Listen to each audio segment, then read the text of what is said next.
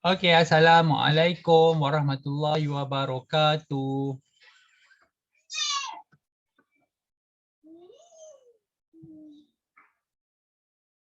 Assalamualaikum.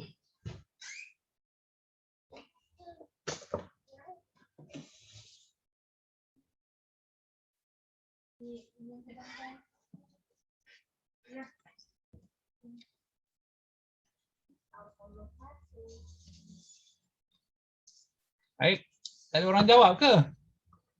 Tak ada suara ke masing-masing? Waalaikumsalam.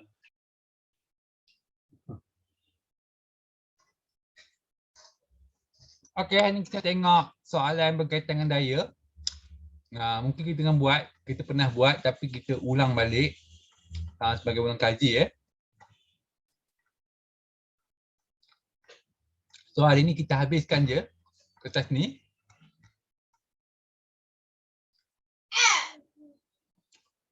Okey. Saya nak minta seorang-seorang bacalah. Afiq Aiman boleh baca, Afiq Aiman? Nombor 1. Boleh. Okey, bacakan nombor 1. Antara pita detik berikut, manakah menunjukkan pergerakan had laju malar? Okey. Nak cuba Afiq Aiman? Yang mana satu menunjukkan pergerakan had laju malar? Nak cuba? C ya? Ya, jawapan dia C. Okey.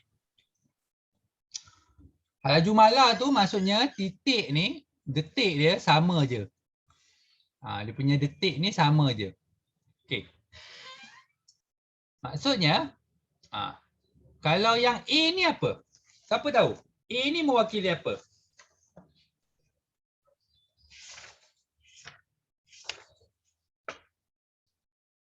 Kita ulang kaji ni. Yang A tu mewakili apa? Ada siapa-siapa nak cuba? Bertambah. Apa yang bertambah? Had laju.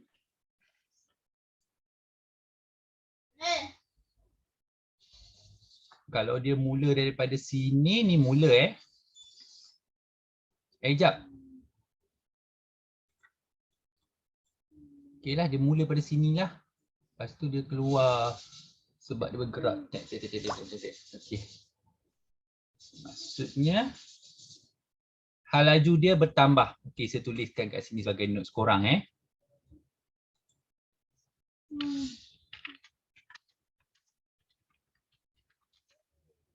Okey, tu untuk had laju bertambah.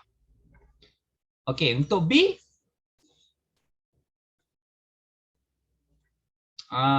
titik dia semakin jauh. Okey, ingat okey, nanti tak apa. Saya bagi tahu kejap. Dia ni yang ni terbalik.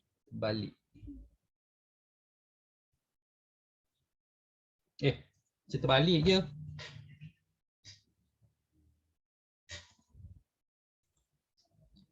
Okey. Sekarang ni korang kena tahu mana mula, mana dia punya pengakhiran dia. Bila dia kata arah pergerakan dia macam ni, bermaksud dia akan mula belah kiri ni yang mula dulu. Okay, ni mula, yang ni mula, yang ni mula. Okay, korang tahu tak kenapa saya cakap yang belah kiri ni mula dulu? Bermaksud titik tu pita detik, dia akan, ni pita detik yang pertama. Yang pertama. Maksudnya, sebab dia bergerak. Kejap. Oh, terbalik. Sorry. Tengok terbalik pula. Okey, maksudnya kalau pita detik duduk sini, jadi dia akan ketuk belah sini dulu. Okey, yang ni mula, sorry. Yang ni mula, yang ni mula. So, bermakna yang pertama yang Iman cakap tadi tu, itu adalah titik dia mula-mula dekat-dekat, lepas tu dia makin jauh. Itu adalah had laju bertambah. Okey. Yang B ni titik dia asalnya jauh, semakin dekat. Dapat cuba. Hal laju macam mana ni? Hal laju berkurang.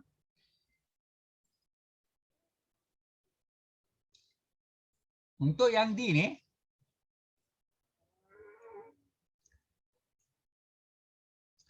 mula-mula dia bertambah. Dia laju bertambah. Okey, bertambah lepas tu dia berkurang.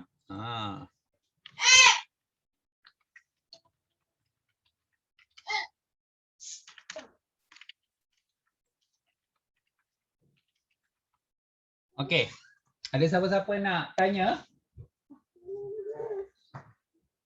Untuk soalan nombor 1 ni. Ada siapa-siapa nak tanya soalan? Ada. Ada eh?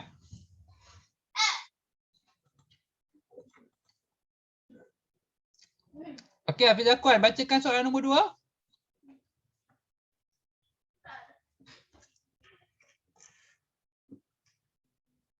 Hafiz Akwan, baca soalan nombor 2. Ali berjalan ke arah utara sebanyak 8 meter. Sebelum menuju ke arah timur sebanyak 6 meter. Berapakah sasaran bagi pergerakan tersebut?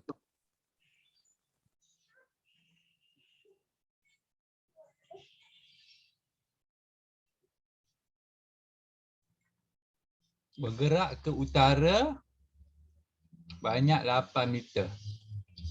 Lepas tu dia bergerak sebanyak 6 meter. 8, 6. Jadi kalau dia nak sasaran, yang ni yang dia nak. Ni sasaran. Jadi, korang nak cari dia, korang guna teorem Pythagoras. Okey. Tolong tekan kalkulator dapat berapa?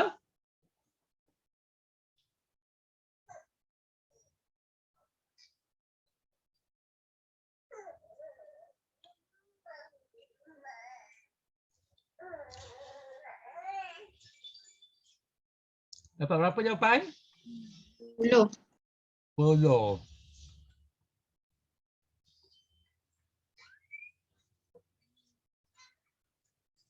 Okay, Daniel, baca soalan nombor 3, Daniel.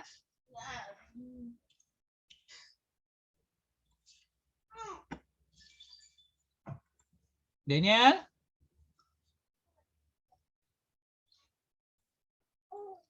Baca soalan nombor 3, Daniel.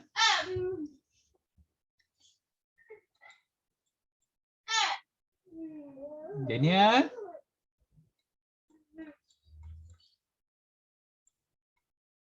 Okey, kata tu Farisha baca soalan nombor 3, Farisha.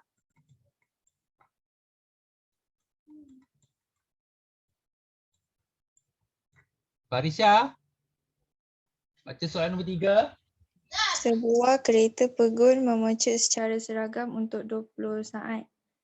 Laju kereta mencapai 80 km per jam.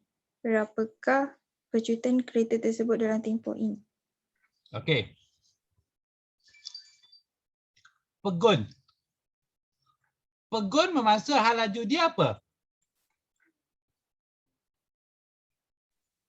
Tak bergerak. Tak bergerak. Hal laju dia nilai dia berapa? Kosong. Kosong. Maksudnya, kalau kita guna formula pecutan, B tolak U bahagi T. 80 tolak kosong bahagi 20. Okey. Cuba kira berapa jawapan dia, Farisha?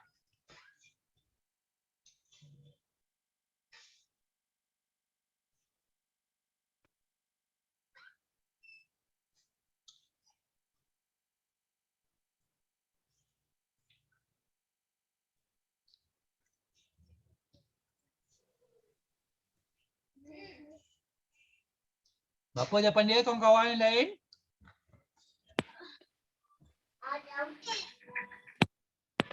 4. 4 depannya. Ingat dia saja je confuse korang, letak perpuluhan tu dia saja je. Okay.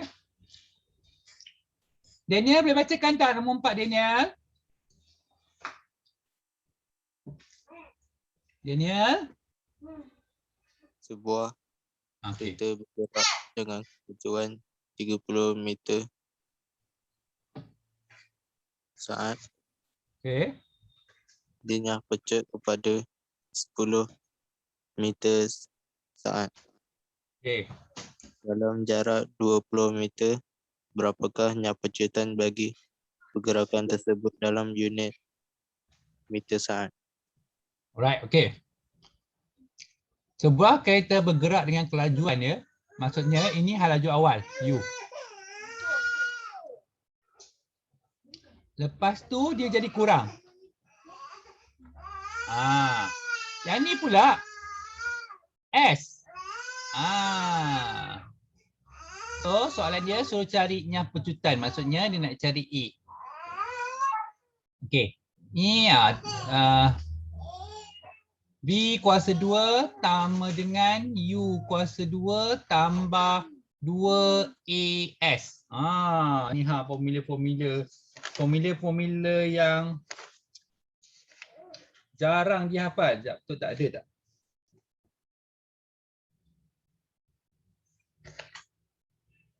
V kuasa 2 sama dengan U kuasa 2 tambah 2AS. Kenapa saya guna formula ni? Sebab ada V, ada U. Okay. V ada U, ada S. Okay, sesaran. So kita nak cari A. So kita masukkan V dia sama dengan 10. U dia sama dengan 30.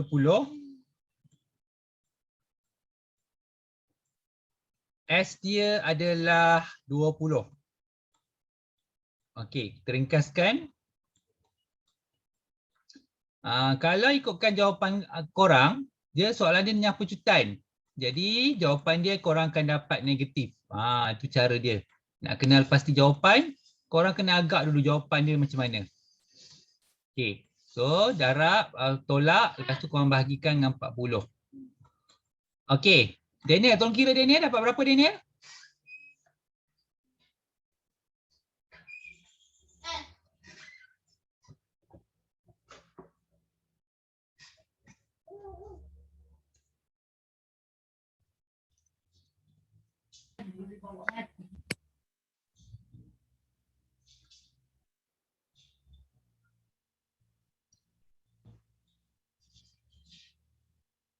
Eh, 100 pula. Ni 100, ni 900. Sorry. Berapa Daniel?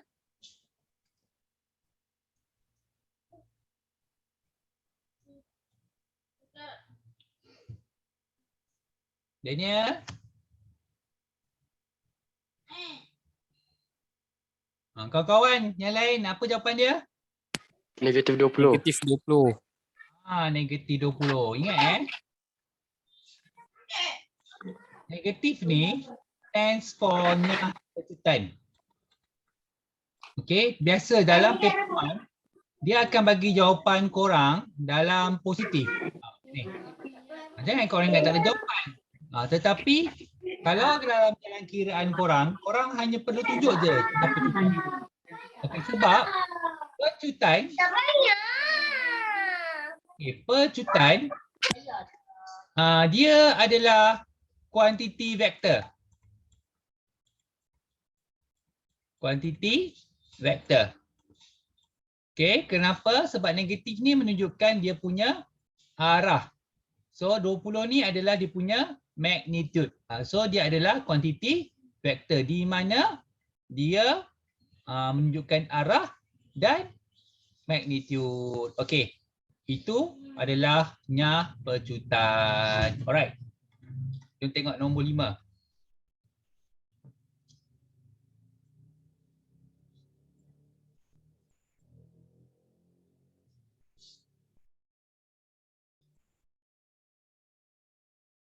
Okey Iman, bacakan nombor 5 Iman.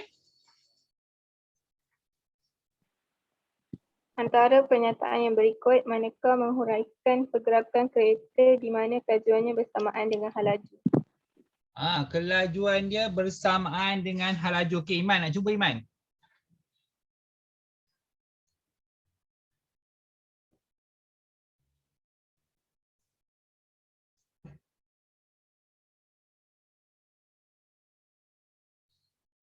Kelajuan dia sama dengan hal laju. Okey. Saya bagi clue sikit. Laju sama dengan jarak bahagi masa. Hal laju sama dengan sesaran bahagi masa. Okey, antara A, B, C dengan D tu, A, B, C tu, yang mana jarak dan sesaran adalah sama? Yang mana menunjukkan jarak dan sesaran adalah sama? Cuba tengok. Mana satu? Jarak dan sesaran adalah sama.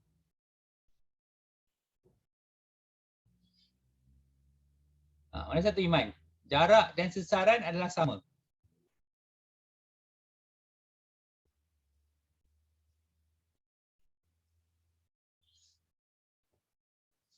Mana satu jawapan ni Iman?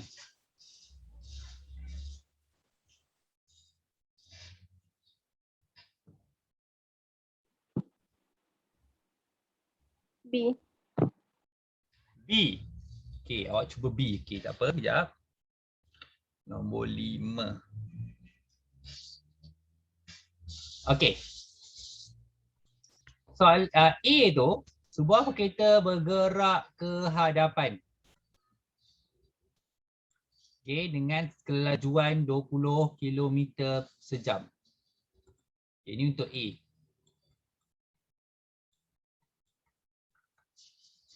Sebuah kereta bergerak dalam bulatan.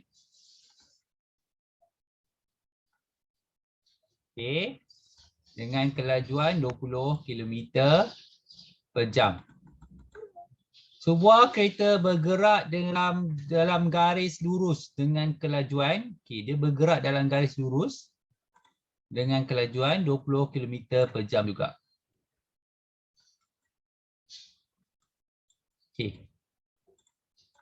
Setiap satu tu, yang ni dia akan ada titik permulaan lah.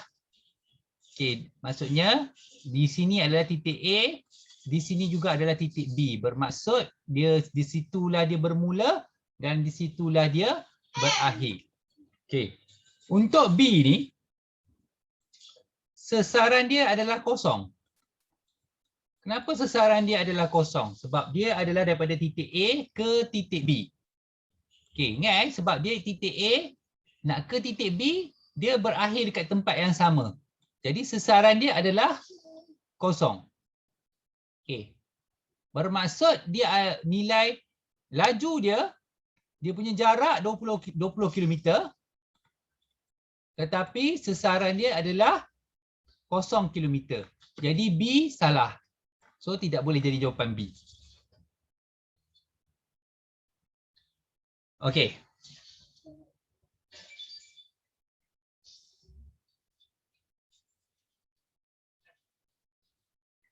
Okey, itu kita dah selesaikan mengenai jarak dengan sesaran. Dan satu lagi, laju ni adalah kuantiti skala. Kuantiti skala di mana dia hanya menunjukkan magnitud sahaja tanpa arah. Manakala hal laju adalah kuantiti vektor.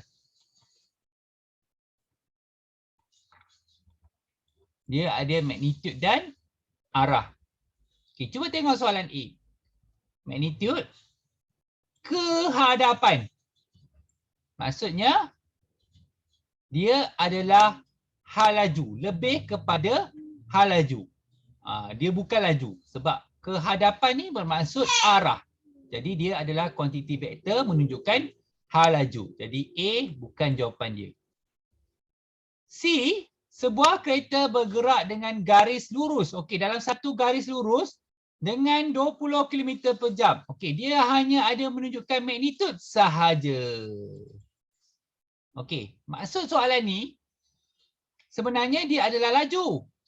Tetapi dia juga boleh digunakan untuk hal laju. Ingat tetapi hal laju tidak boleh digunakan untuk laju. Sebab hal laju dia ada arah. Kalau yang ni tak ada arah tak apa sebab hal laju pun boleh.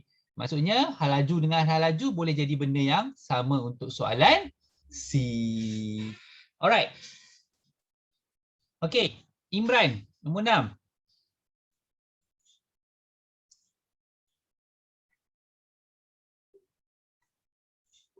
Imran Daniel, nombor 6. Sebuah objek dilontar ke atas secara menegak dari permukaan tanah dengan laju awal 20 meter per saat. Ketinggian maksimum yang dicapai oleh objek tersebut adalah? Okey. Dia baling ke atas.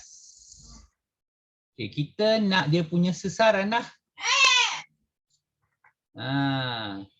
Hal laju awal dia adalah 20 km per saat. Tetapi semasa berada di sini, hal laju dia akan jadi kosong. Sebab masa dia nak berpatah balik, dia seolah-olah berhenti. Jadi V dia akan jadi kosong. Okey. So soalan dia nak tanya sesaran. Okey, satu lagi. Bila dia lontarkan ke atas,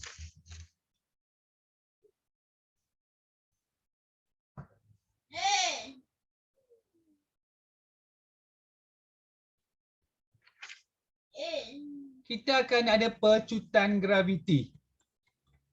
Okey. Sepatutnya dia tak guna negatif 10 lah. Tetapi lain ni saya gunakan negatif 10. Pecutan graviti tu kenapa dia jadi negatif? Sebab dia lontar ke atas. Kalau dia ke bawah, pecutan graviti dia 10. Maksudnya tiada negatif. Okay, kita boleh guna banyak formula kat sini tapi saya pilih untuk guna formula S sama dengan, tak boleh sebab kita tak ada masa. Yang ni tak ada masa. Seguna formula yang tadi kita ada guna V kuasa 2 sama dengan U kuasa 2 tambah 2AS. Okey, V dia kosong. U dia adalah 20 kuasa 2. 2AS negatif 10. Okey, S tu biar. So kosong sama dengan 400 tolak 20S. Okey, so pindahkan yang ni ke sebelah. So korang akan dapat 20S sama dengan 400. So S sama dengan 400 bahagikan dengan 20. Okey, dapat berapa Imran? Cuba kira. 20. Dapat 20 meter. Jawapan dia adalah C. Okey, nampak? 2 kali dah kita guna formula ni. Okey. Memang tak perlu hafal tapi kena tahu. Okey, sebab itulah saya sangat tekankan. Saya ajar pelan-pelan ni untuk pastikan korang ingat cara-cara nak menjawab soalan setiap satu soalan tu. Okey, jom kita tengok soalan nombor 7. Nanti dia ada sambungan kat sebelah tu tapi tak apa. Okey, dia ada setengah soalan yang saya ingat dia ada ni sikit ada masalah sikit tapi tak apa, kita cuba je.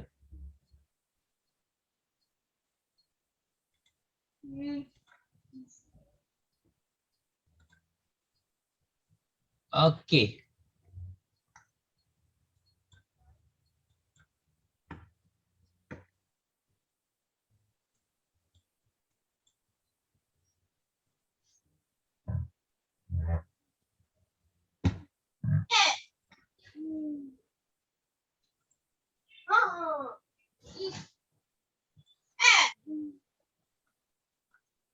Okey, Irfan, tolong bacakan soalan nombor 7 tu. Raja 1 menunjukkan graf laju lawan masa bagi sebuah kereta yang bergerak dalam garis lurus. Berapakah jumlah sasaran dan jarak yang dilalui oleh kereta tersebut? Sesaran dan jarak yang dilalui oleh kereta tersebut. Menarik soalan ni. Okey. Sesaran bermaksud luas di bawah graf. Okey, saya rasa soalan ni ada problem sikit sebab dia punya ni tak terletak pada dia punya graf tu tak terletak pada garis yang sepatutnya. Tapi tak apa, kita sebut anggaran je lah kat sini sebab garis dia ni patutnya terletak pada tempat yang sepatutnya tapi dia tak terletak. Titik tu tak terletak pada tempat yang sepatutnya. Dia macam salah. Okey, tapi tak apa. Okey. Cuma kita tak ikut jawapan yang diberi kita buat je. Saya tukarkan yang ni 5, yang ni 10. Sekejap. Sebab dia tak terletak pada yang sepatutnya.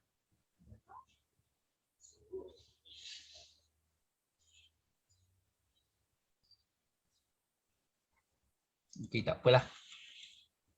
Okey, yang ni kita anggap dia tengah-tengah lah. Maksudnya 10 dengan 15 tu, 15 tolak 10 bahagi 2. So kat sini adalah 12.5. Okey.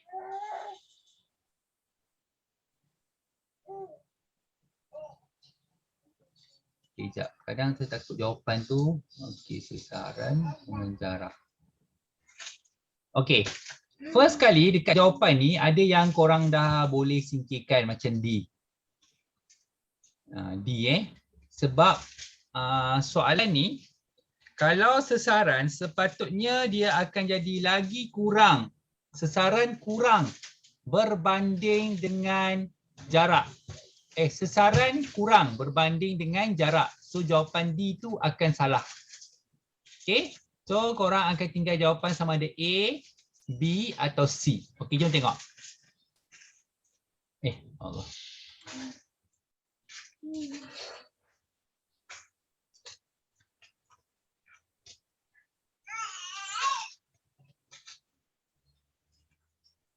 Okey.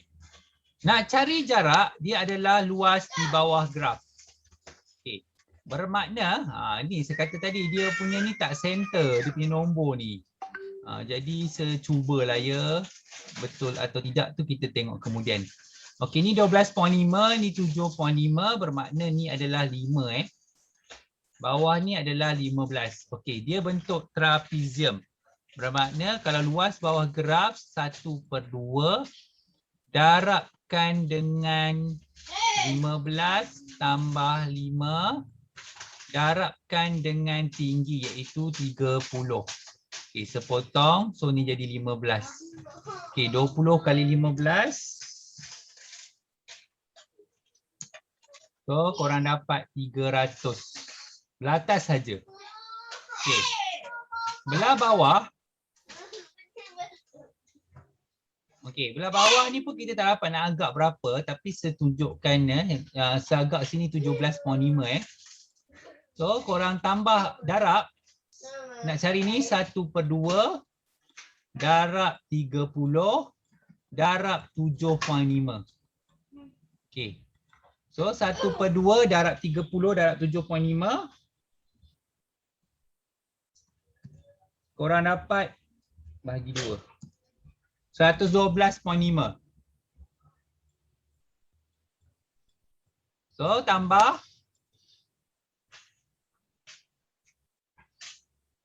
So korang akan dapat jawapan untuk jarak 412.5. Tu untuk jarak. Okey, kalau sesaran kita kena tolak. 300 tolakkan dengan 112.5. Sebab yang ni kita anggap dia berpatah balik. Okey, sebab okey, ni titik permulaan dia. Kejap ya. Titik permulaan dia sepatutnya dia kena ke sini, sampai sini je. Okey, yang ni dia ke mana ni? Oh, okey, siap. Sasaran dia, okey, ni titik permulaan dia. Jumlah sasaran jarak dilalui oleh kereta tersebut. Okey, ni permulaan dia dan dia akan berakhir di sini. Sepatutnya. Okey. Kalau sasaran korang tak kira sampai habis. Okey, tak perlu tolak pun tak apa tak perlu tolak sebenarnya. Sebab dia akan kembali ke kedudukan asal dia. So nampak dia kata bergerak dalam sebuah kereta yang bergerak dalam garis lurus. So jawapan dia kalau untuk sasaran adalah 300 meter. Okey, ini jawapan anggaran ya. Sebab memang tak ada kat sini. Sebab nombor dia tak tepat kat situ. Okey. Alright. Kita pergi ke soalan nombor 8 lah, lebih tepat dia punya tu. Alright. Sekejap, ada yang tak masuk lagi ni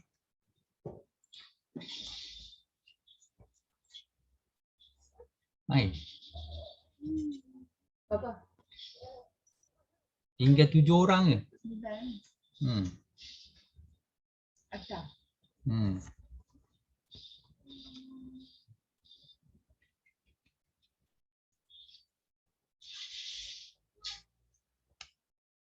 Biar tak ada, biar.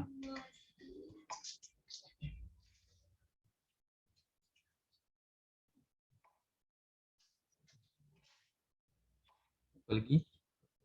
Acah. Dah? Azman. Melazman.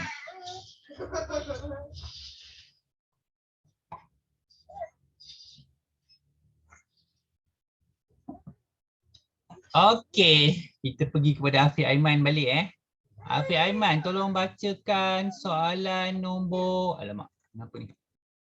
Nombor 8, Afiq Aiman. Pelajar 2 menunjukkan graf sasaran masa bagi sebuah objek yang bergerak. Bawah tu, berapakah purata? Berapakah purata kelajuan bagi gerakan tersebut? Okey, kelajuan maksudnya korang kena cari jarak, jumlah jarak. Okey. Tetapi ini adalah sasaran. Ingat So sasaran kalau ke atas 30, ke bawah pun 30. Ingat, kalau sasaran dia jadi kosong lah kat sini. Okey, kat sini jadi kosong. Jadi, tapi kita nak kelajuan. Kelajuan bermaksud jarak. Okey, so jarak dia adalah pergi 30, patah balik pun 30, jadi total dia adalah 60. Okey, masa dia adalah 25 saat. Jadi apa korang perlu buat? Nak cari laju sama dengan jarak bahagikan dengan masa. Okey, Afiq Aiman, tolong bahagikan Afiq Aiman.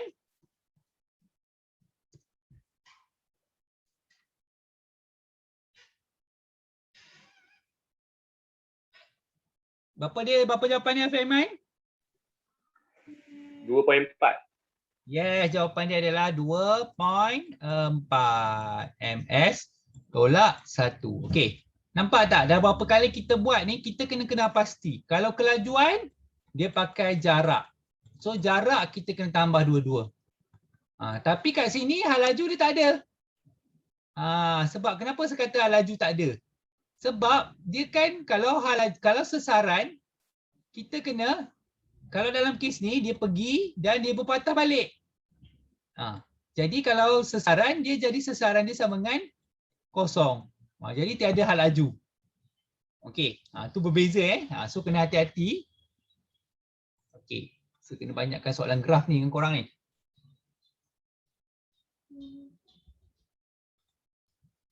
Okey, seterusnya nombor 9.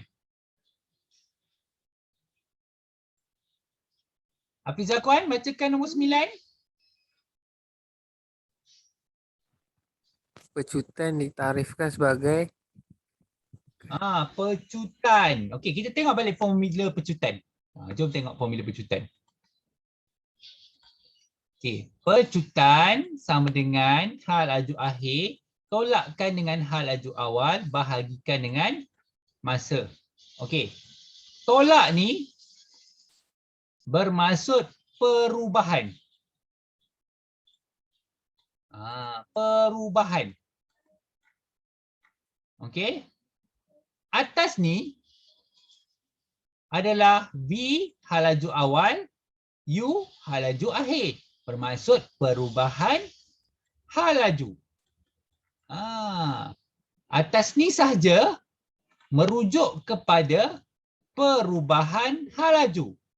Tetapi bila ada masa, kita tambah kat depan ni perkataan kadar.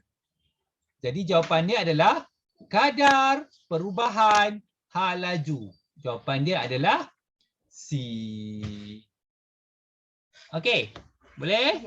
Boleh faham macam mana nak kenal pasti formula?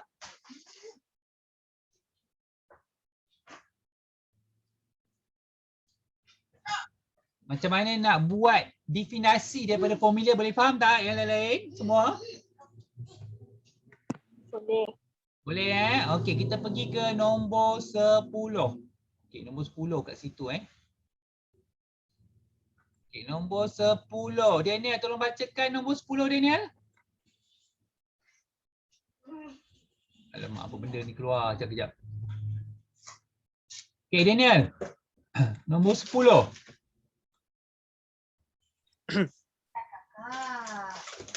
Paragraf 3 menunjukkan graf halaju masa bagi sebuah objek yang bergerak. Okey, sambung sebelah tu. Berapakah Jarak yang dilalui oleh objek tersebut dalam unit meter. Okey, ni adalah graf halaju. Kalau graf halaju bermakna kita kena kira luas di bawah graf untuk mengira jarak. Okey, ini adalah bentuk trapezium. Okey, so ni tinggi dia adalah 20. So jarak sama dengan 1/2 15 tambah 30 darabkan dengan tinggi dia adalah 20. Okey, kalau kau potong ni dapat 10. 45. Jadi kita akan dapat 450 meter. Okey, jawapan dia adalah D. Okey. Tetapi kalau dia minta sesaran, sesaran dia ini jarak sesaran dia kiraan dia lain. Okey, tetapi biasa soalan ni akan minta jarak lah. Alright. Okey. So, seterusnya jom tengok nombor 11.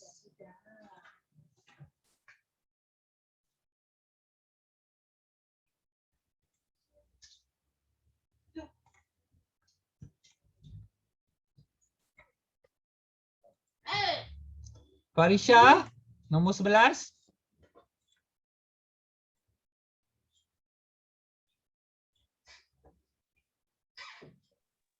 Berapakah pecutan objek tersebut bagi 10 saat yang pertama dalam unit ms?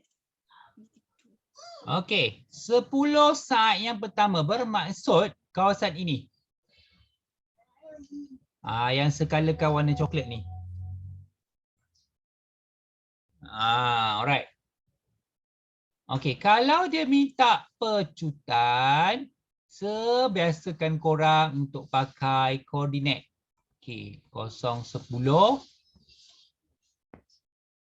10, 50. Tetapi ingat ini hanya digunakan pada graf halaju saja. Maksudnya, apa korang perlu buat? Samalah juga pakai formula pecutan. Formula kecerunan. Yang kita biasa guna kat mat dengan mat, benda yang sama juga. Bermaksud 50 tolak 10 bahagikan dengan 10 tolak 0. So korang akan dapat 40 bahagi 10 dapat 4.0. Nampak jawapan dia? Okey. Okey. Kita tengok nombor 12.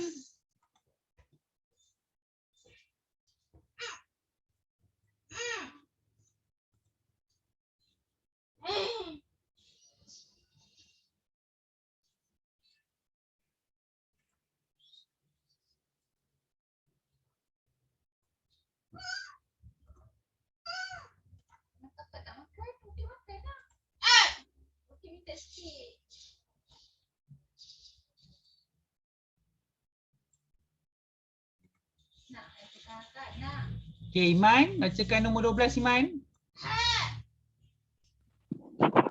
Soalan 5 menunjukkan graf halaju masa bagi tiga objek yang bergerak iaitu X, Y dan Z dalam satu garis lurus.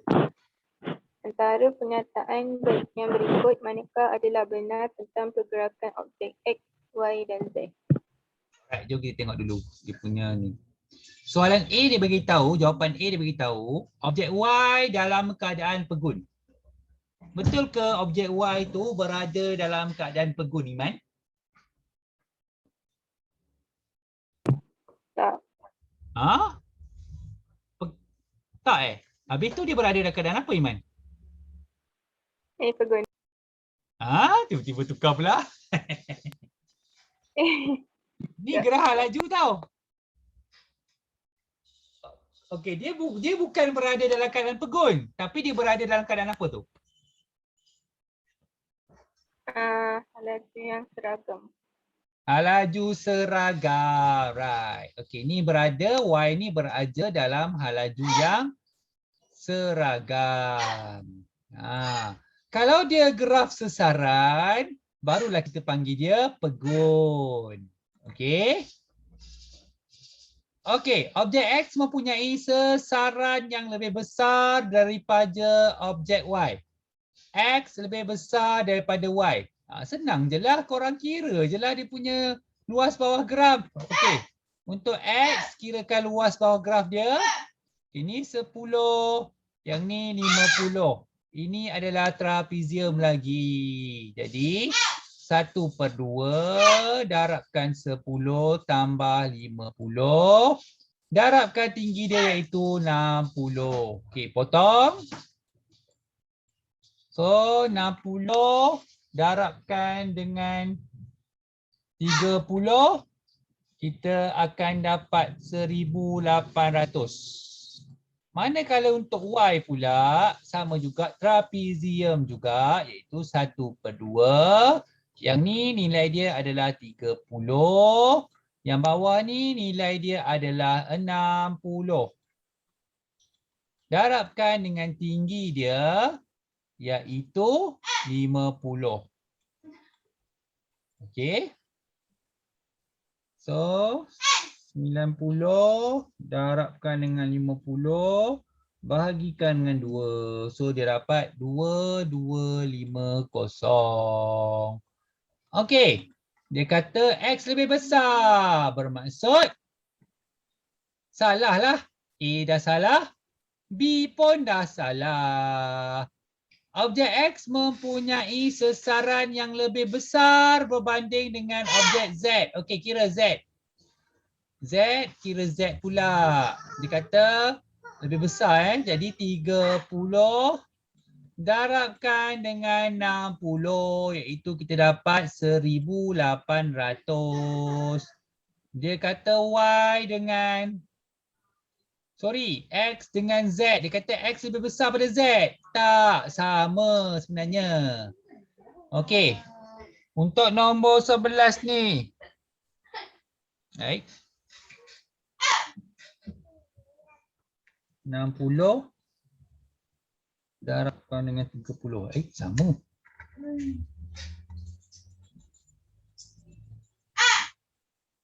Sepuluh. Sekejap saya nak double check balik. Ni 10, 50, 60.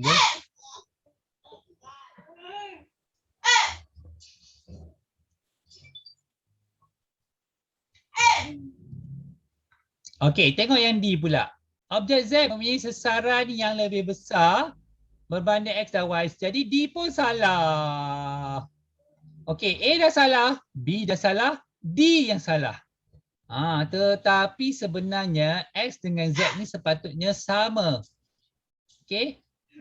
Jadi kita ambil jawapan C lah yang paling baik. Okey. Okey, jom tengok nombor 13. Okey, 13 ni dia nak tunjukkan graf sebenarnya. Okey, jom.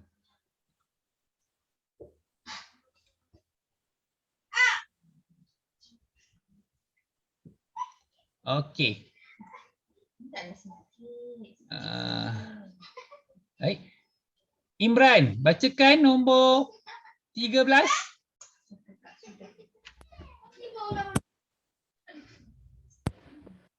Darjah 6 menunjukkan graf laju masa bagi sebuah kereta yang bergerak dalam garis lurus. Antara graf berikut yang manakah menunjukkan pergerakan kereta tersebut dengan betul? Okey, jom kita tengok pergerakan kereta tersebut dengan betul. Okey, yang mana menunjukkan graf graf mana yang menunjukkan jawapan yang lebih tepat? Okey. Okey, sebab sekarang ni kita nak tengok kalau graf biasanya graf untuk graf hal laju lawan masa biasanya dia akan tukar kepada graf pecutan. So kalau se akan terus kejar jawapan C dengan D. Nak tengok jawapan C dengan D. Okey, so yang pertama kita tengok untuk 30 saat yang pertama. Berapa dia punya pecutan? Okey, 30 saat yang pertama. So kalau pecutan untuk 30 saat yang pertama. Okey, ni 00. So untuk 30 saat yang pertama 30 tolak 0 bahagi 30 tolak 0. So korang akan dapat 1 meter per saat. Okey. Untuk 30 saat yang pertama, nampak? 30 saat yang pertama dia dapat 1. Okey, graf C dengan D betul. Seterusnya, hal laju dia adalah seragam. Bila hal laju seragam,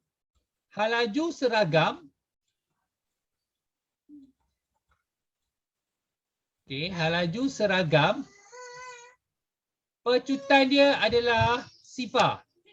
Okey, sekarang kita tengok untuk 30 saat 60 saat yang seterusnya pecutan dia adalah sifar. Okey. Seterusnya. Untuk yang seterusnya ni kita kena ambil koordinat iaitu 90 30 manakala yang ni adalah 150 negatif 60. Okey, so kita kira sama juga pakai formula kecerunan Okey, di mana negatif 60 tolakkan dengan 30 bahagi dengan 150 tolakkan dengan 90. So korang dapat negatif 90 bahagikan dengan 60.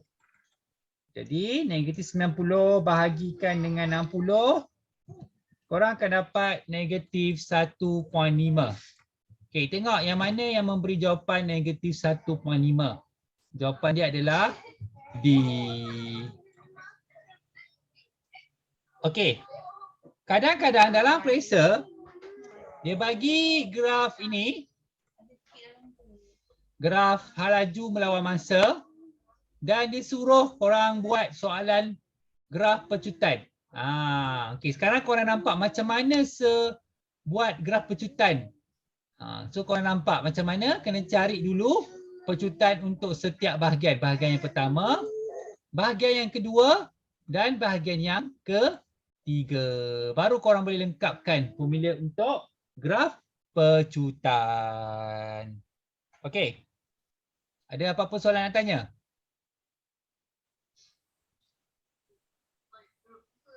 Tak ada tak ada, seteruskan. Kita tengok soalan nombor 14. Okey, Irfan.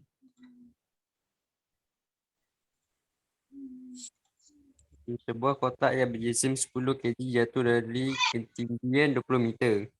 Kirakan masa yang diambil oleh kotak tersebut jatuh ke permukaan tanah jika pecutan graviti adalah 10 meter per second. Nampak kali ni dia bagi pecutan graviti. Okey. Dia kata sebuah kotak jisim dia, maksudnya dia bagi jisim.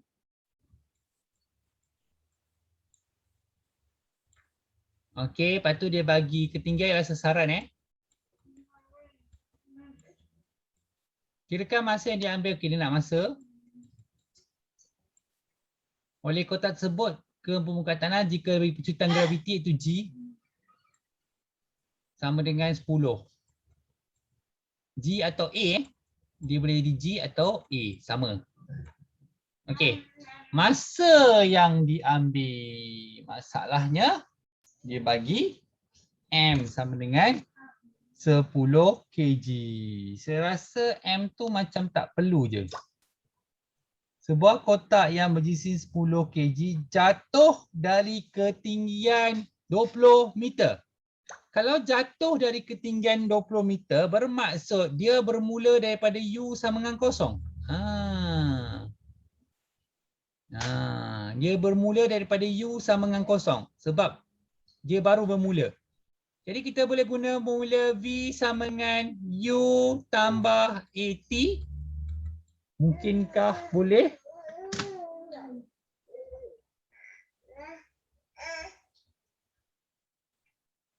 Boleh ke tidak? Sebab tapi kita ada sesaran.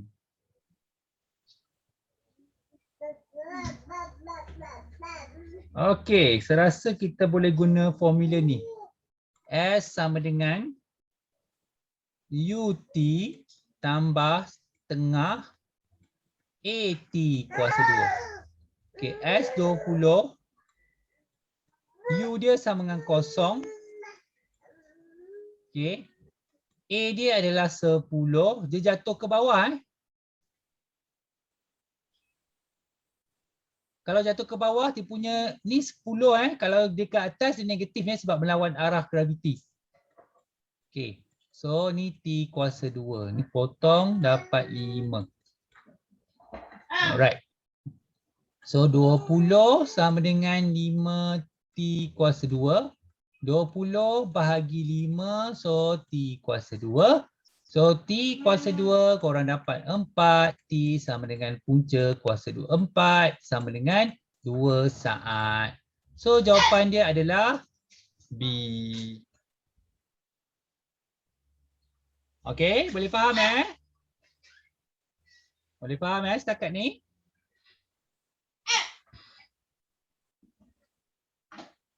Okey, saya teruskan ke nombor 15. Okey, sebab ni korang je ada. Okey, Imran, nombor 15 Imran. Helai bulu pelepah dan bit siling dibebaskan bersama-sama dalam sebatang tube perspek yang divacuumkan. Kuantiti fizik yang manakah kekal malah bagi kedua dua bulu pelepah dan bit siling? Nak cuba ke Imran?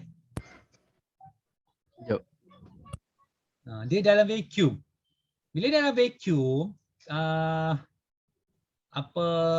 bulu pelepah dengan duit siling ni akan jatuh bersama-sama.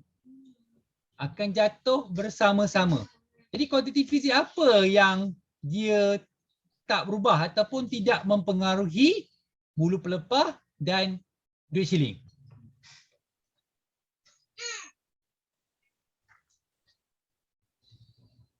Apalah agak-agaknya? Pecutan. Sebab masa keadaan vacuum, pecutan dia adalah sama. Maknanya bulu pelepah dengan duit siling akan jatuh bersama-sama. Okey? Okey, jom tengok nombor 16.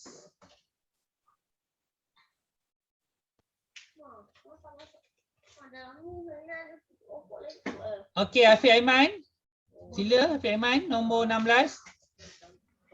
Antara pernyataan yang berikut, yang manakah adalah benar tentang nilai pecutan graviti? Pecutan graviti. Okey, mencabar sikit soalan dia ni. Adakah ia bergantung pada jisim objek tersebut? Pecutan graviti dia tidak bergantung kepada jisim objek. Okay, jom kita tengok C. C dikata ia adalah mala di semua lokasi yang altitude dia sama. Adakah dia mala di semua lokasi yang altitude dia sama? Tidak. Okey. Ia adalah mana di semua lokasi yang lebih tinggi daripada paras laut di khatulistiwa bumi. Tidak juga. Jawapannya adalah B. Ia bergantung pada latitude dan altitude objek tersebut. Latitude dan altitude ni serasa dulu form 1, form 2, form 3 korang pernah belajar masa geografi tak rasa, tapi akan belajar lagi dalam map.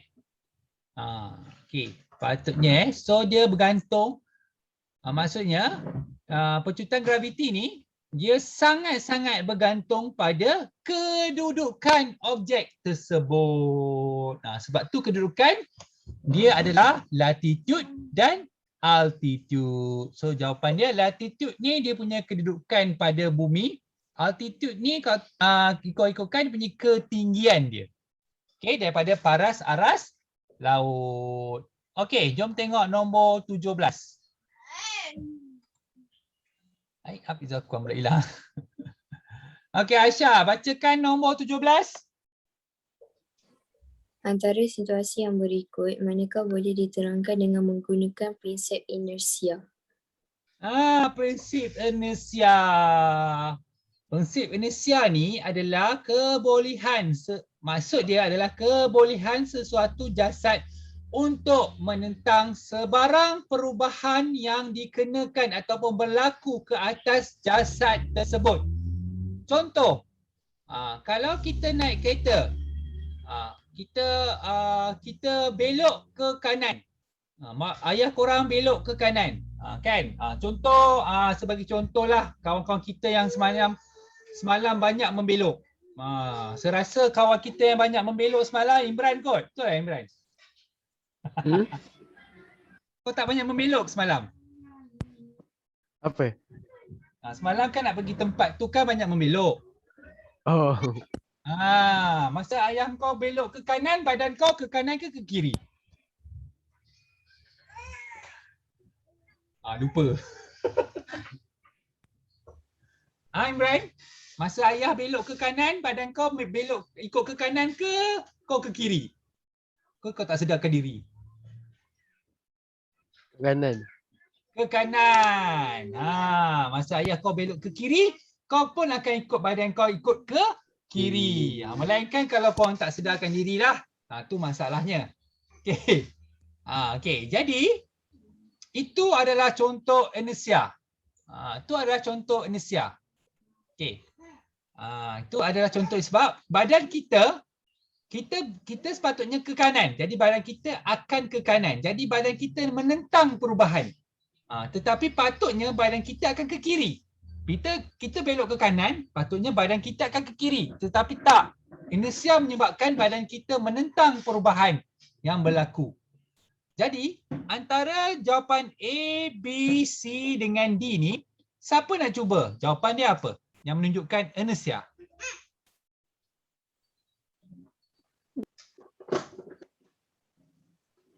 D. Yang mana yang menunjukkan ya jawapan apa? D.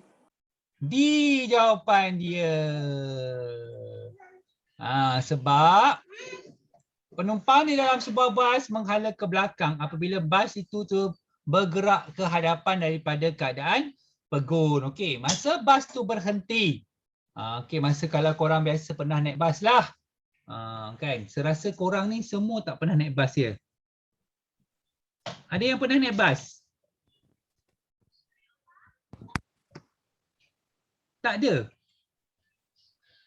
Oh. Tak ada seorang pun pernah naik bas? Dah lama. Dah lama Daniel pernah naik bas. Bas yang kat sini ke bas yang kat Taiping Daniel? Kat Perak ke? Teluk. Okay. Kat Teluk, bas merah dululah Alright. Okay, saya tanya Daniel. Masa kau naik bas, kau duduk, badan kau ke belakang ke depan? Masa bas tu baru nak bergerak, Daniel. Ya. Masa bas tu baru nak mula bergerak, badan kau ke belakang ke depan? Belakang. Ke belakang. Tetapi Badan kita ke belakang, tetapi kita cuba menentang perubahan tu. Itu kita panggil inersia. Okey. Sebab itulah kalau dalam kalau kat kereta korang ada kerusi kereta tu kan, dia ada letak headrest. Macam huruf J ni headrest. Kan, korang duduk. Okey. Okey, sorry lah orang lidi Okey, sebab tu dia ada yang penghadang kepala ni kat kereta. Ataupun sekarang dekat bas dah banyak ada, bas dulu-dulu dia tak ada. Okey, tujuannya bila kita bergerak ke hadapan, kereta bergerak ke hadapan, korang akan ke belakang. Okey, katakanlah tiba-tiba dia memecut dengan pantas kan. Kalau tak ada headrest, kalau memecut, contoh tekan minyak kuat-kuat, kalau tak ada penghadang kepala ni, apa jadi kepada kepala?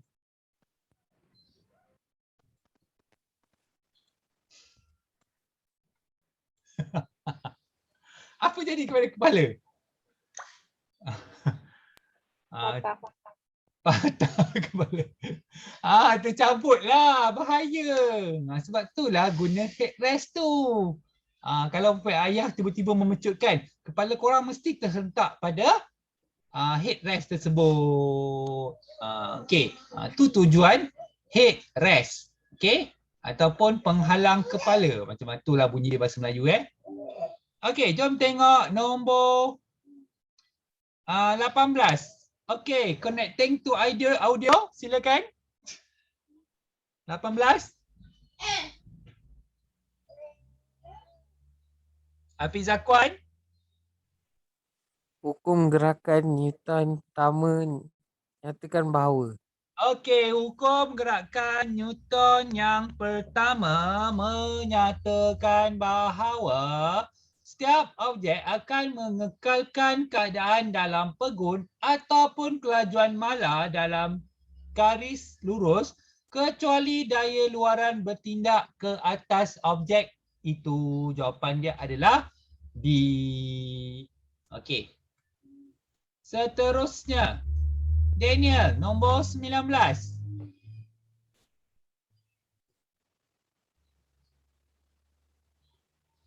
Daniel, 19. Inersia bagi sesuatu objek bergantung kepada.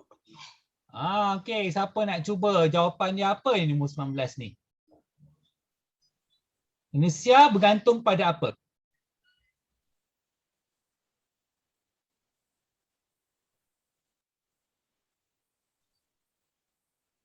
Okey. Kalau berada dalam bas, katalah korang berdiri. Berdiri kan? Antara orang yang kurus dengan berbadan besar, yang mana yang senang untuk mengawal diri dia semasa berada di dalam bas? Badan besar. Badan besar. Badan besar senang mengawal diri dia, betul? Badan kecil. Badan kecil. Okey. Sebab inersia dia bergantung kepada jisim. Sebab itulah lori mempunyai inersia yang lebih besar. Sebab itulah apabila berlaku sesuatu kemalangan disebabkan kesan inersia ni, dia menyebabkan lori ni akan menghasilkan kesan buruk, kesan inersia yang buruk. Memberi kesan yang lebih besar berbanding kenderaan. So kalau lori ni, kalau dia accident, walaupun dia tak langgar apa-apa ataupun dia terbabas dengan sendirinya pun dia boleh menyebabkan kematian. Lori ini cerita lori. Sebab terutamanya bila kenderaan itu turun daripada ketinggian yang tinggi. Siapa yang biasa lalu lebuh raya Karak, kan? Sebab kalau ikutkan perjalanan turun tu sangat menjunam, macam seolah-olah menjunam. Jadi bayangkan kalau lori tu kehilangan brek. Siapa-siapa yang baru lalu lebuh raya Karak kan, ada kena-kena juga dengan Imran ni kan? Masa tak Imran kan, masa balik tu turun bukit macam tajamkan ke bawah kan, betul? Nampak? Itu contohnya.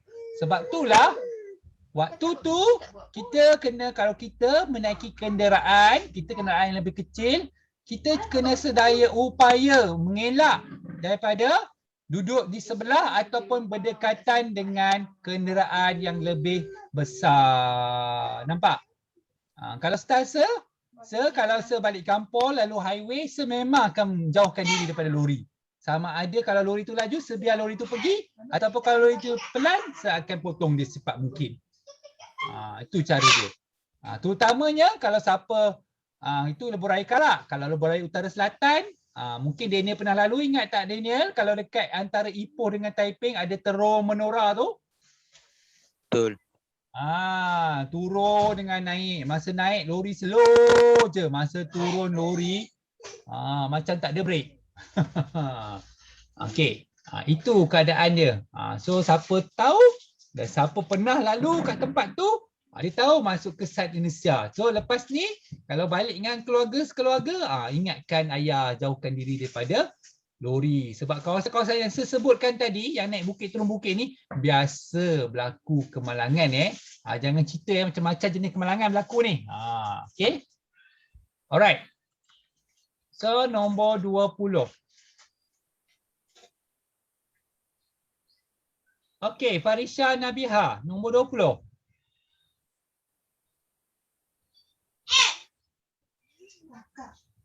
Farisha.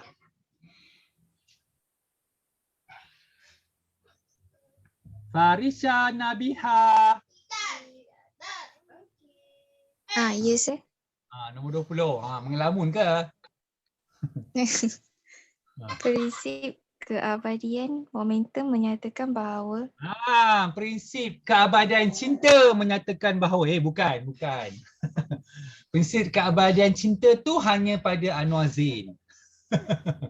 Okey, ni prinsip keabadian momentum menyatakan bahawa jumlah momentum bagi suatu sistem adalah malah kecuali daya luaran bertindak ke atas sistem tersebut. Maksud ayat D ni ialah jumlah momentum sebelum pelanggaran adalah sama dengan jumlah momentum selepas pelanggaran.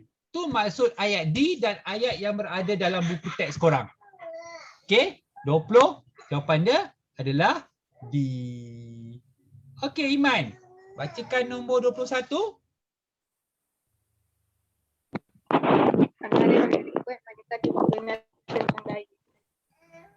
Yang mana yang tidak benar tentang daya?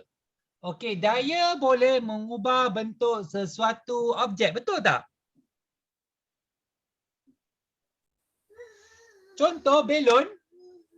Belon, apabila korang kenakan daya ataupun korang tekan belon tu, adakah bentuk belon tu akan berubah?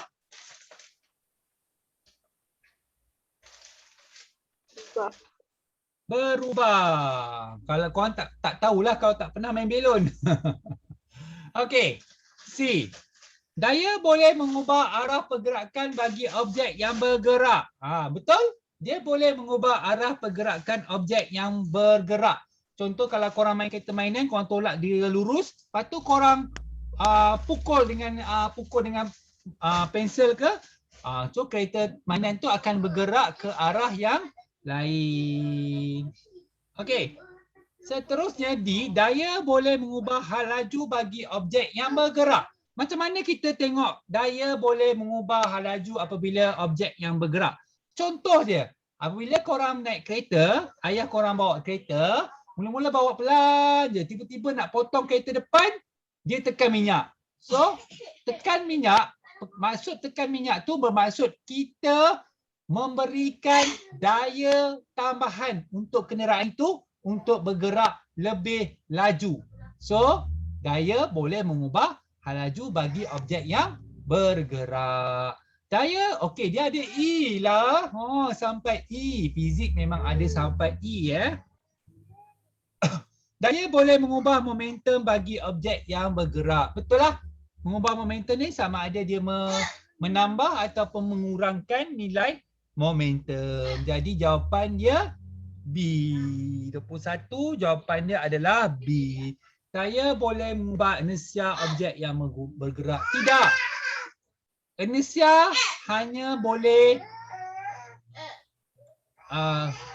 jisim saja yang boleh mempengaruhi inersia. Daya tidak boleh mempengaruhi inersia. Okey. Okey, jom tengok jawapan nombor 23. Imran, nombor 23. Antara graf berikut, yang manakah menunjukkan hubungan antara jisim 22, sorry 22.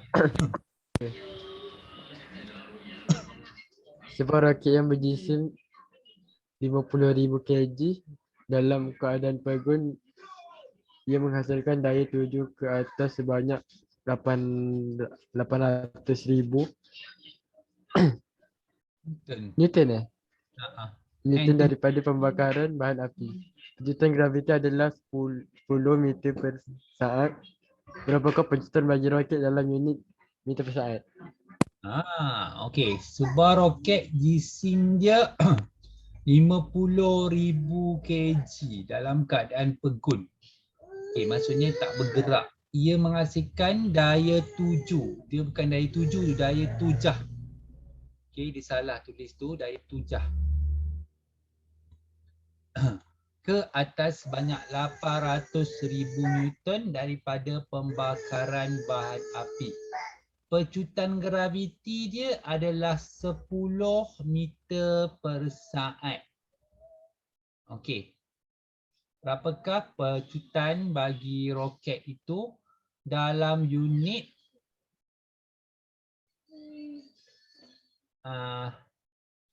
meter per saat? Okey. So kita kena cari yang ni dulu. F sama dengan MA. Tukarkan dalam unit daya bermaksud 50,000. Darabkan dengan 10. Jadi kita akan dapat 500,000 Newton. Okey. So kat sini kita ada dua daya yang berlainan. Untuk membolehkan roket itu bergerak, dia mesti mempunyai daya tujah yang melebihi ini. Jadi F sama dengan MA sekali lagi, di mana 800,000 tolakkan dengan 500,000 sama dengan M dia adalah 50,000 iaitu jisim dia A. So kat sini kita dapat 300,000. Kita cari daya bersih. Bukan kita terus ambil daya tu 800,000 Korang kena hati-hati. Korang kena bila buat daya ni, korang kena cari dia punya daya bersih dahulu. Macam sebuat itulah. Daya bersih tu maksudnya daya yang dikenakan dan tolakkan dengan jisim yang telah ditukar kepada unit daya. Okey. So bahagikan dengan 50,000. Okey, kita potong. Jadi jawapan dia adalah 6.0 meter per saat. Jawapan yang nombor 22 adalah A. Okey. Boleh faham tak macam mana kira? Dekat sini kita kena cari daya bersih dahulu. Ingat kadang-kadang daya bersih ni dia juga melibatkan seretan. Iaitu seretan ataupun dia juga melibatkan rintangan. Ada rintangan. Jadi kita kena tolak rintangan dahulu sebelum kita dapatkan daya bersih. Okey. So tengok nombor 23. Okey, mana? Okey, Irfan. Nombor 23. Antara graf yang berikut, yang manakah menunjukkan hubungan antara jisim dengan pecutan apabila daya mala diaplikasikan? Apabila daya mala diaplikasikan, Manakah yang menunjukkan hubungan antara jisim dengan pecutan apabila daya mala diaplikasikan? Jisim dengan pecutan. Okey, macam ni.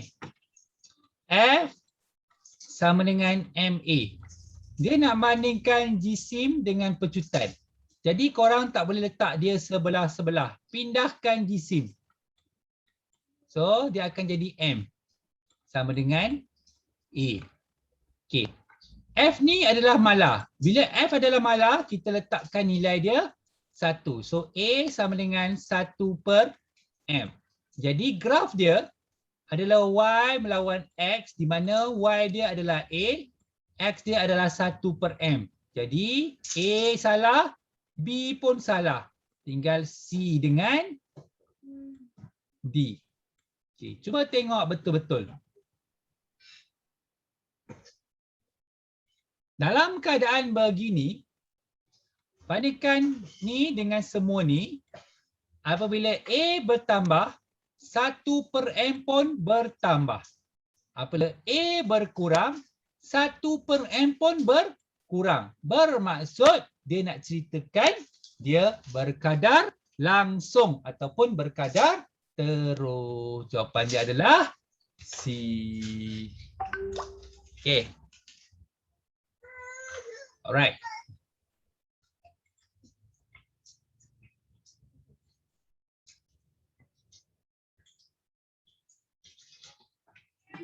Okay, stop sekejap sebab azan, nanti kita sambung balik Kita sambung di nombor 24 sekejap lagi. Kita stop sekejap Okay, jom kita sambung nombor 24. Alright. Nombor 24. Okay, Afiq Aiman bacakan nombor 24. Berdasarkan rajah 7, kirakan daya impuls bertindak ke atas troli P dalam unit Newton. Dalam unit Newton. Okey.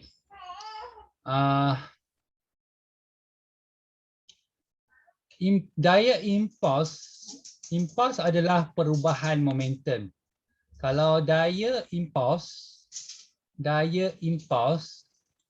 adalah kadar perubahan momentum di mana MV tolak MU bahagikan dengan masa. Okey. Kita cari sebelum pelanggaran dengan selepas pelanggaran. Okey, korang kena cari dia punya hal laju dulu sebelum pelanggaran. Kalau korang nak cari hal laju sama dengan sesaran bahagikan dengan masa. Okey, ada berapa detik dalam ni? 1, 2, 3, 4. Okey, kita tak boleh kira macam tu Kita kira tengah-tengah. 1, 2, 3, 4, 5, 6, 7, 8, 9, 10. Okey, masa dia ialah 10. 1 detik sama dengan 0.02 saat. Jadi 20 bahagikan dengan 10 darab 0.2 ataupun 20 bahagikan dengan 0.2. So korang dapat berapa 20 bagi 0.2?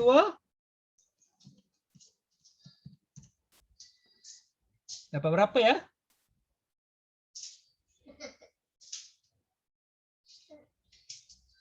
20 bagi 0.2 dapat berapa? 100. Okey, yang untuk selepas pelanggaran, ini U sorry, ini U. V dia adalah 10 bagikan dengan 0.2 juga, tak payah kira, memang sama juga. So 100 bagikan dengan 0.2 dapat berapa?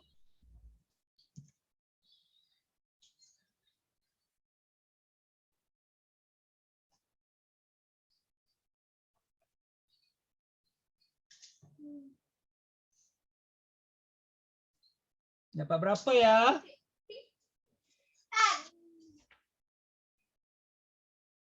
Dapat berapa? 50. Dapat 50 ke 500? 500 kan? Sorry 50. 50. 50, sorry. Okey, nak cari masa pula.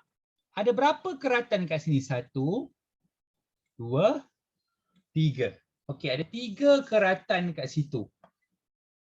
Okey, bermaksud 3 tolak 1 darabkan dengan 0.2.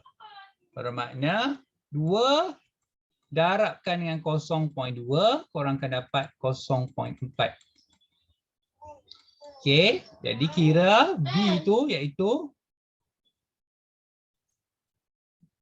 selepas pelanggaran kecil 50 tolakkan dengan 100 bahagikan dengan 0.4. Okey, cuba kira dapat berapa?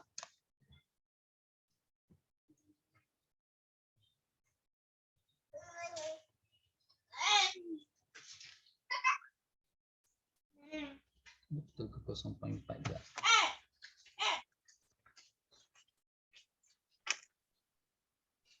Negatif 125.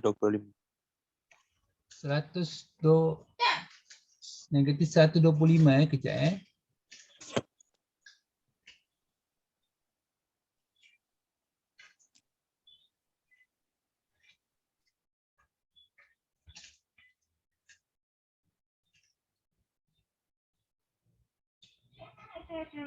kejap kejap.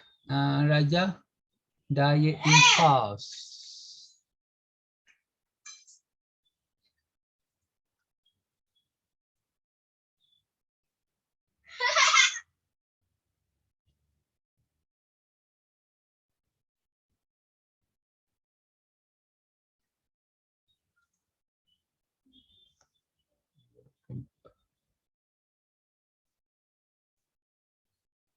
Saya rasa ada salah sikit kat sini kejap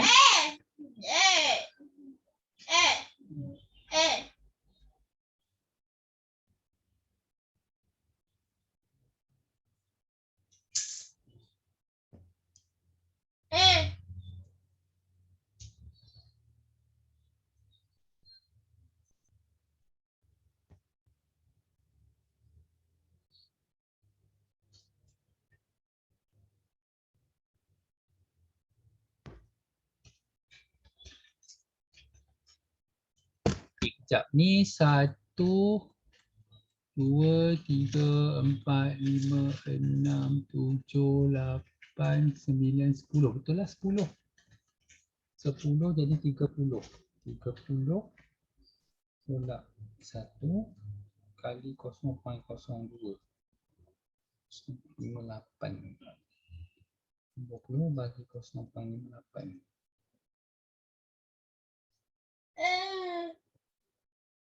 50 bagi 10 0.05.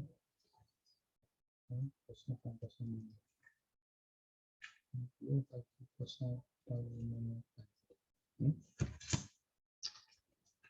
Sekejap, kita tak dapat pula lah jawapan tu.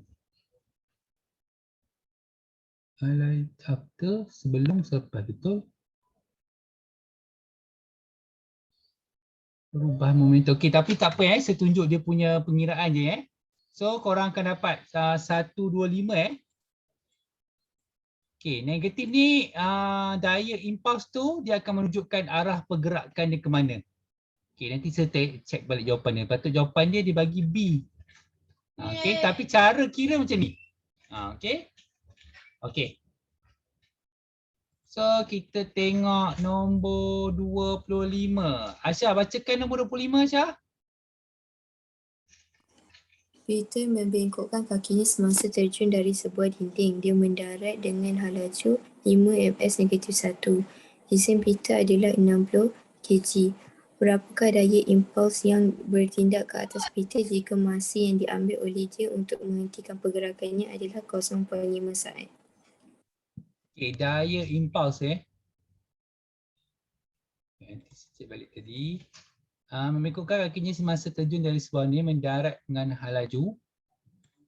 Mendarat dengan halaju. Jisim Peter merupakan ada impuls yang bertindak ke atas objek jika masa yang diambil oleh ini ni T.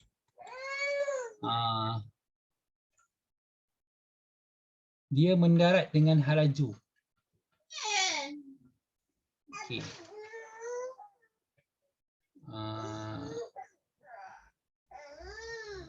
Kalau mendarat maksudnya ni halaju akhir.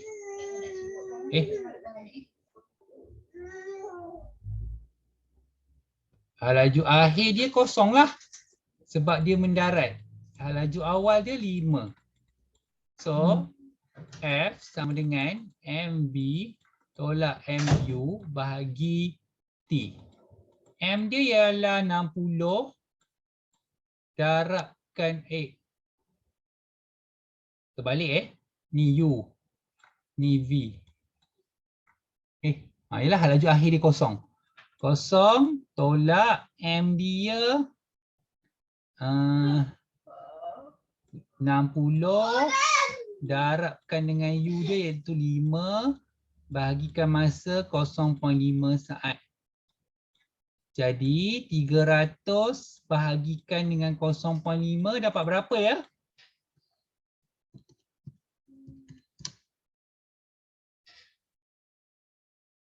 Dapat berapa?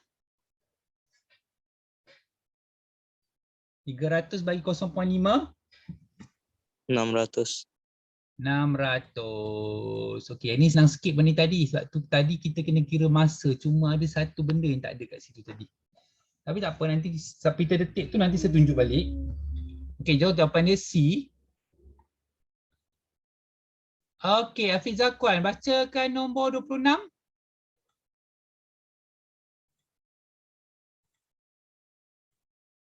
Hafiz Zakwan.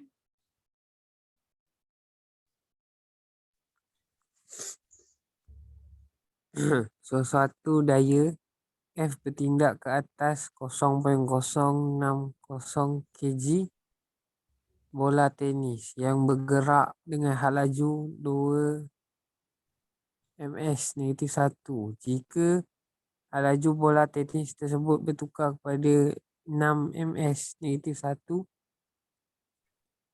pada arah yang bertentangan dalam masa 0.08 saat, berapakah nilai F yang dikenakan? Nampak dia bagi bertentangan jadi ada negatif kat situ Okey.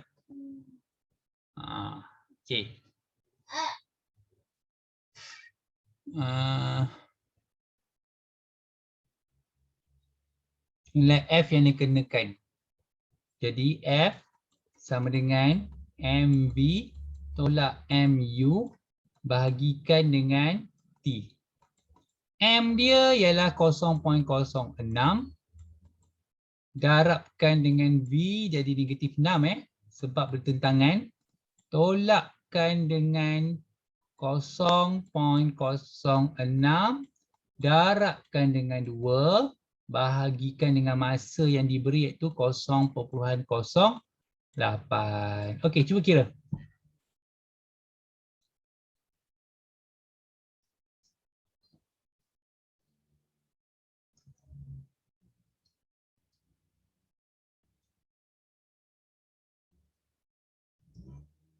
Okey, atas korang akan dapat negatif 0.48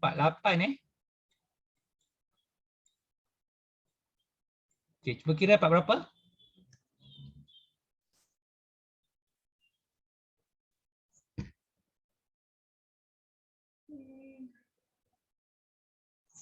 Negatif 6. Ya, negatif 6.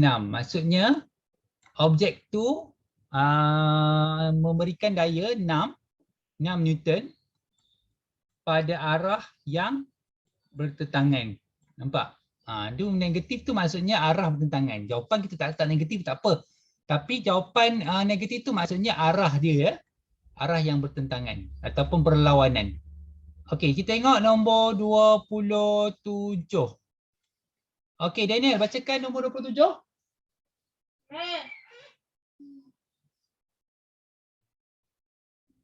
Daniel. Sebiji bola yang berjisim 1.2 kg bergerak dengan halaju 4 meter saat dilangkah oleh sebuah kereta yang bergerak pada arah yang sama dengan bola tersebut. Halaju bola tersebut meningkat kepada 10 meter saat dalam 0.5 saat. Berapakah impuls pada bola tersebut? Okey. Dia sama dengan 0.5.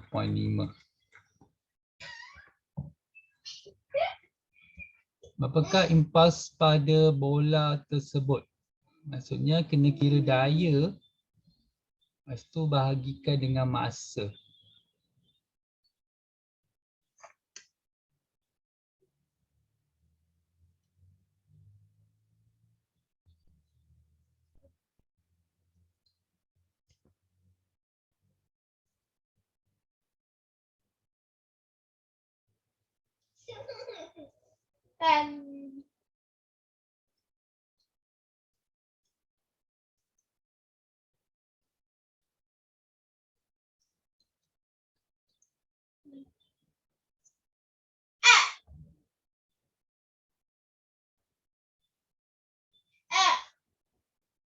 Okey, soalan ni dia tanya impuls.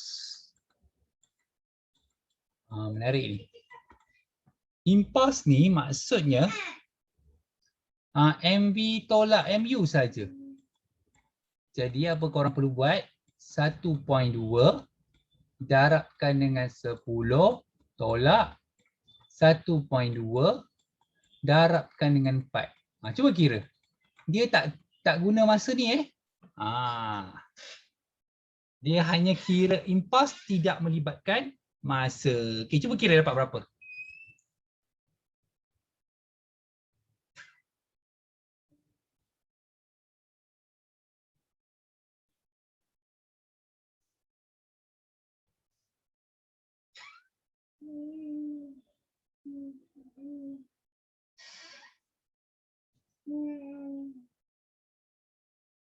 Dapat berapa jawapan?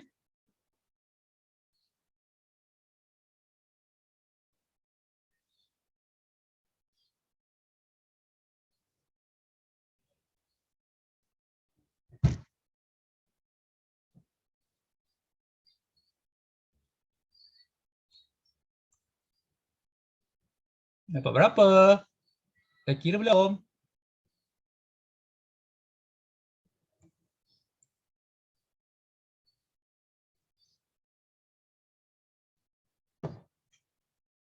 Hello? 7.2. 7.2. So jawapan dia adalah 7.2. Hati-hati Kalau korang bahagi dengan 0.5, korang akan dapat ni. Tapi jawapan dia adalah B Sebab jawapan ni dia tidak melibatkan masa. Impuls dia tidak melibatkan masa. Melainkan kalau soalan tu tanya daya impuls. So kalau dia minta daya impuls, korang kena bahagikan dengan 0.5. Jadi jawapan dia adalah D. Okey. Kat sini jawapan dia adalah B lah sebab dia minta impuls sahaja. Okey, boleh faham semua yang ni? Faham. Okey, saya terus ke soalan 28.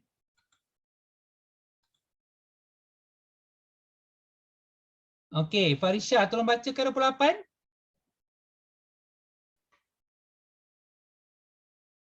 Farisha Nabiha. Antara pernyataan yang berikut, manakah benar tentang daya impuls?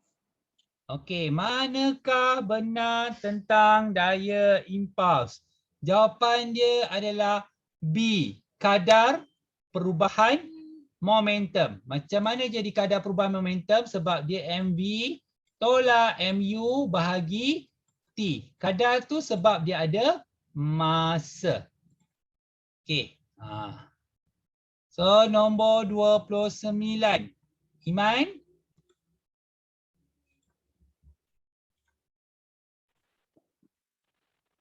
Sebuah objek yang berjisim 3.0 kg bergerak dengan halaju 10 ms -1 berlanggar dengan sebuah dinding yang pegun. Objek tersebut melantun dengan halaju 8 ms -1 dalam masa 0.2 saat. Berapakah daya impuls bertindak ke atas?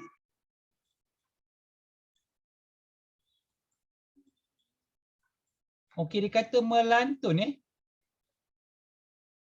Objek yang ni lepas tu berlanggar dengan sebuah dinding yang pegun. Objek tu melantun. Melantun maksudnya dia bergerak dalam arah yang berlawanan. Okey. Daya impuls F sama dengan mv tolak mu bahagi T.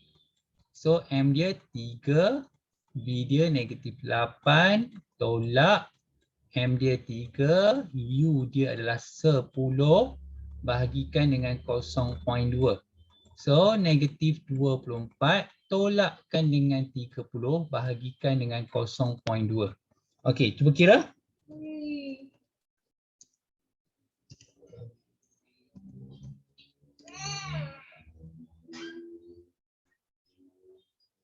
Dapat berapa? Negatif 30. 270 kan? 30? Negatif 30. Negatif 24. Tolakkan dengan 30. Salah. Negatif 270 kan? Betul. Jawapan dia adalah D. kgms tolak 2 ni maksud dia Newton Okay, dia saja je confusekan korang Alright. Jom tengok nombor 30. Imran.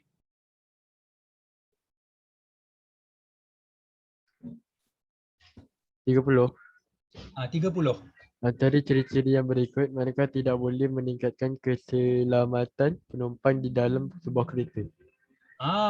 Mana antara A, B, C dengan D? Yang mana yang tidak boleh menyelamatkan penumpang di dalam kereta?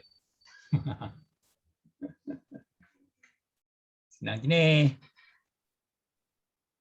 Dia tidak membantu untuk menyelamatkan penumpang apabila aksiden. B. Enjin yang kuat. Enjin yang kuat akan lebih membahayakan penumpang. Okey, jadi janganlah modify kereta kan. Macam-macam jenis kereta Kereta tayar kangkang lah Tayar kangkang. Tayar kangkang tahu kan? Tayar kangkang, kereta tayar kangkang. Tahu. Yang tayar terkeluar tu Lepas tu tercongek, tersengit. Okey, terpulanglah pada minat masing-masing Okey, nombor 31. Irfan.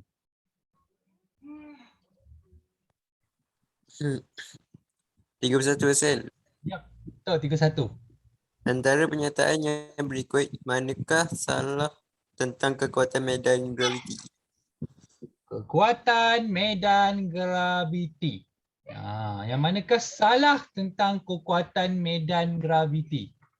Okey. Yang ni saya tak tekankan sangat jawapan dia tapi saya bagi tahu je lah Yang manakah salah ini betul.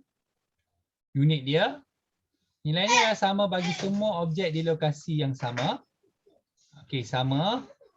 Maksudnya nilai dia tetap sama, ditarifkan sebagai nisbah bagi berat bagi jisim objek tersebut. So jawapannya adalah B. Sebab dia adalah berkaitan langsung dengan jisim objek. Salah. Tidak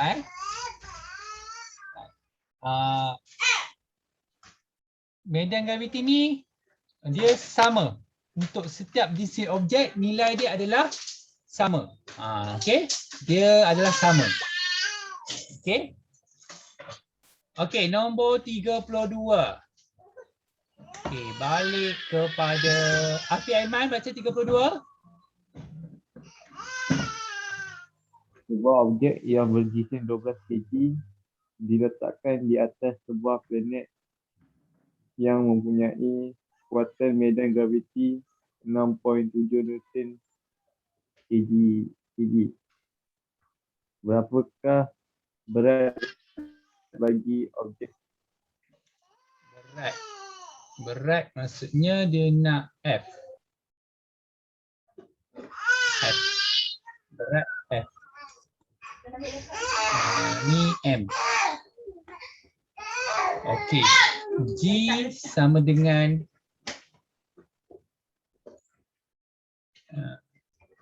apakah berat bagi objek tersebut? Ni W W. W sama dengan mg. M dia 12. G dia adalah 6.7. Okey, so korang tengah darab je lah. 12 darab 6.7 dapat berapa?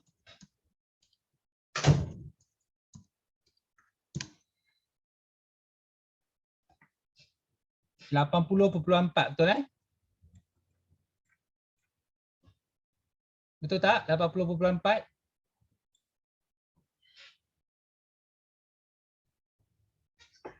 Okay, betul 80.4. Alright. Betul. Okay, itulah tadi contoh-contoh soalan fizik. So walaupun ada setengah-setengah soalan tu, ada memang ada soalan yang jawapan dia tak ada kat situ. Jadi cara kira saya dah tunjuk dah macam tadi. Yang korang tengok tu adalah cara kira tu. Okey. Kalau soalan subjektif ni lebih kepada asas yang kita tengok.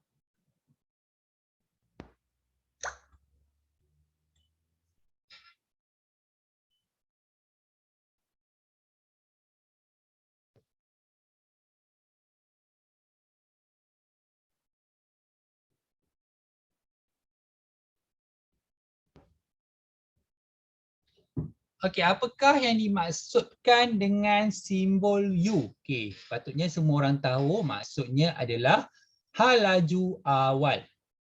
Okey, hal laju awal.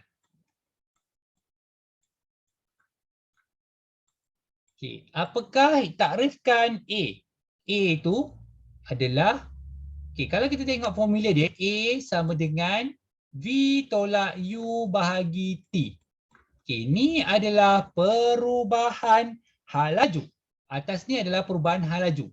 Jadi bila ada T, kita akan tambah perkataan kadar di atas.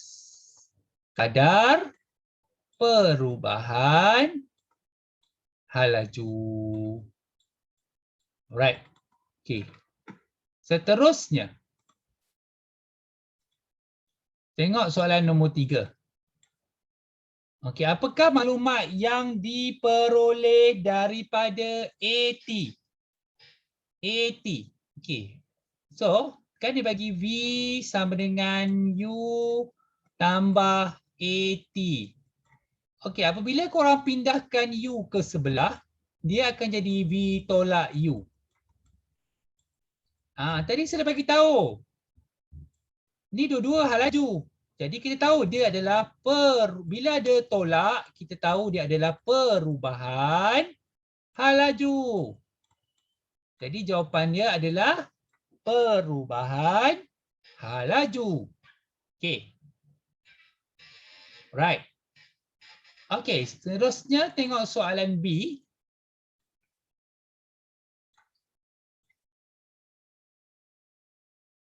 Okay, persamaan V sama dengan U tambah AT tadi tu boleh digunakan untuk menentukan hal laju sesuatu objek yang dilepaskan daripada keadaan pegun. Okay, daripada keadaan pegun, maksud dia U dia adalah kosong. U dia adalah kosong. Menentukan hal laju sesuatu objek yang dilepaskan daripada keadaan pegun.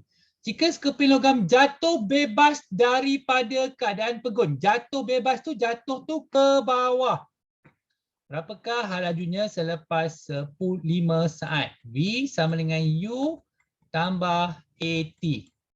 V dia daripada pegun. A dia kalau dia jatuh ke bawah, kita akan pakai A dia 10. Okey, tengoklah kadang-kadang dia bagi 9.81. Okey, masa dia adalah 5 saat. Jadi korang akan dapat 50 ms tolak 1. Okey. Mengapakah persamaan ini tidak boleh digunakan untuk daun yang sedang jatuh? Okey. Kenapa? Sebab daun dia ringan. Okey. Daun pula dia mempunyai permukaan yang besar. Okey, luas permukaan yang besar.